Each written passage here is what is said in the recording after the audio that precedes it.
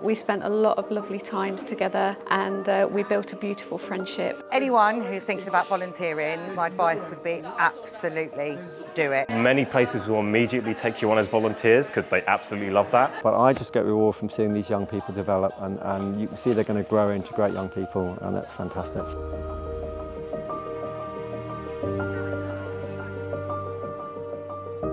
To be honest, if we didn't have volunteers, we wouldn't be able to operate. I mean, we've got, for Garden House Hospice Care, there's over 800 volunteers, and we would not be able to keep going, give the brilliant services that we do and the quality that we give as well. It's just amazing. You meet the most amazing people. You hear the most inspirational stories. I'll tell you what, it just gets me up every morning, the spring in my step, knowing that I'm meeting these just wonderful, wonderful people. My mum was terminally ill a few years ago, and we were lucky enough for her to be able to go and have some hospice care in a hospice in Leicestershire, and I was just amazed at the support and the care that she received. So I said to myself, when I return home, then I'm going to try and do something and give back to my local community through the hospice. Our community hubs, of which we have 12, we are seeing 400 community members every single week. All of those 12 community hubs are run by my very, very special compassionate neighbours that are volunteers, and they do everything for them. And every time a community member wants to say thank you, it is always to the volunteers, because they are second to none. They do arts and crafts with them, they do bingo, they do everything you can imagine, and they just love the volunteers. My compassionate neighbours, the volunteers, they've just got a can-do attitude. I mean, they'll do anything for anybody, and they get so much joy out of it as well. So they're just wonderful. When I first started volunteering with Garden House Hospice, I was matched up with a beautiful community member, and she counted down the days until I was next going to see her, and we spent a lot of lovely times together, and we built a beautiful friendship, and it just felt amazing to give something back to somebody that was lonely and socially isolated, and yeah, I got loads out of it myself as well. We cannot run these hubs without volunteers. They are brilliant, they do it all for nothing, and when it's someone's birthday or something, always cakes and everything there. They are absolutely magnificent. I could not say enough about volunteers. Well, here in the upcycling department, we take everything that has been donated that maybe isn't right for the shops, it's either unfashionable or it's damaged, and we make it beautiful, give it a new life, keep it out of landfill, and then we can make more money for the Garden House Hospice. Well, first I started at the Bulldog shop, and I was there for 1 day a week. Then I started going to the Letchworth shop, and now I do a couple of afternoons a week, and it's great. There's some nice people here. We have some lovely people coming in, so it's really good to do it. Hitchin Pantry is a social supermarket. It's a community space. It's tackling social isolation. We work with a lot of asylum seekers and open the kitchen for them to cook. And it is just a wonderful place to be. Here at the pantry, there's a real sense of community amongst the volunteers. You know, when I first started, I didn't know anyone. Now, we're friends, we socialise together and stuff, so that element of it is really nice.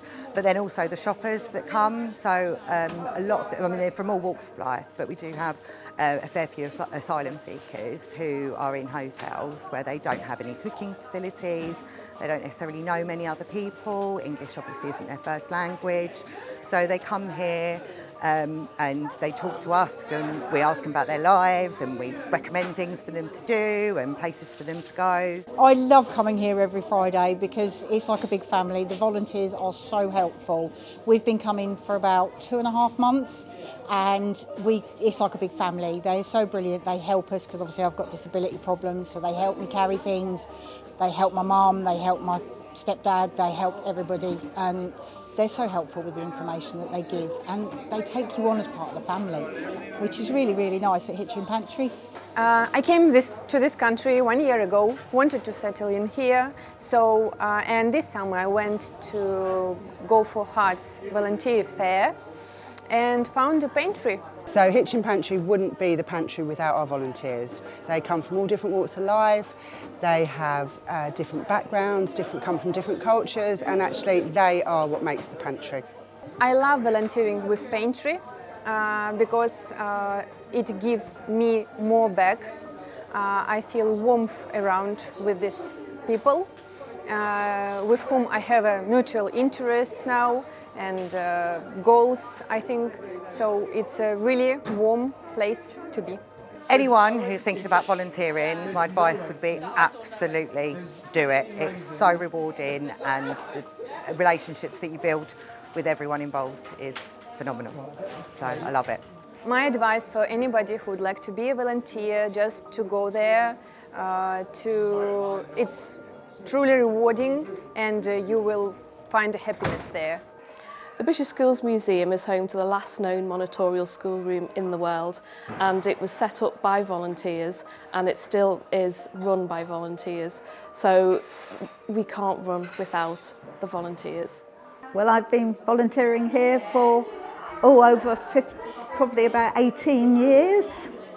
So I was very young when I came, and it filled a gap in between leaving work to start with, which was lovely. For me personally, it's once I'd left university, I didn't have much experience behind me, so it was actually a great opportunity, because not many places will immediately hire you, but many places will immediately take you on as volunteers because they absolutely love that. Well, the volunteers make the museum basically. They set it up and they help make it what it is today. So they're involved in every aspect of what we do.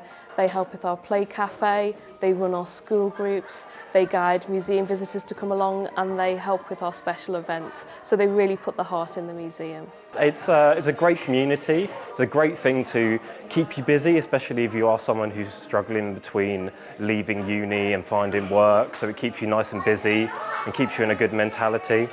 It gives you a purpose. That is the thing. It gives you a purpose, and then it gives you a friendship group. So, you know, you learn new skills. I've learned so many new skills, and understanding the museum sector, which I knew nothing about before. So the advice I give to any young people leaving education is look at your local communities. There's volunteering opportunities everywhere, and it could lead to multiple different branches and different career paths for you. Volunteering is really something that I think you can get so much from yourself, and you're giving to others and to the people you're volunteering for. So I volunteer with CHEXS. I've been working with them for about 5 years now. We work with young people who perhaps have not had the best start in life. Great thing about CHEXS is it works with the whole family. So I'm out today just working with the young people, but CHEXS works with the parents, it works with the school, sometimes with social workers, so really integrated. So CHEXS is a great, very professional charity. I founded CHEXS back in 2010, and then in 2011 we started delivering services for schools. So the relationships that we're fostering here, we can then build the relationships with the mum and the dads, and we can all work together to help support each other.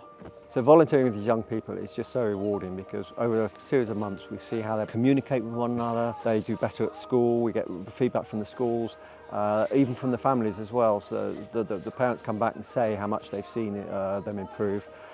And we give them those life skills that they can take away, and they tell us at the end that they've really enjoyed themselves. They've found it maybe challenging because the weather gets bad, but they get reward from it as well. But I just get reward from seeing these young people develop, and you can see they're going to grow into great young people, and that's fantastic. We take the children and young people out on different projects. We work with 15 different schools. And it's all about building their self-esteem, they improve their mental well-being, and take them out of the classroom to really build on their skills. The school put me forward for the community habitat scheme. I love coming here every 2 weeks, and the support from the volunteers and staff. Volunteers are key for CHEXS' success, and I mean success in the way of being able to engage and motivate and support children and young people and families. So we have Bob here now in the forest, ex-army, magistrate, loads of different life skills, has a different personality to some of the paid staff. The school's chosen me to do community work, and I feel like it's very good because it will help my mental well-being, and it's also good because there's actual people that want to work for no money like volunteers, like Bob, and he does work with people to make them better, and he's not greedy about money or anything like that. If I could summarize volunteering in one word, it would be joy. Connection. Giving. Valued. Fulfilling. Experience.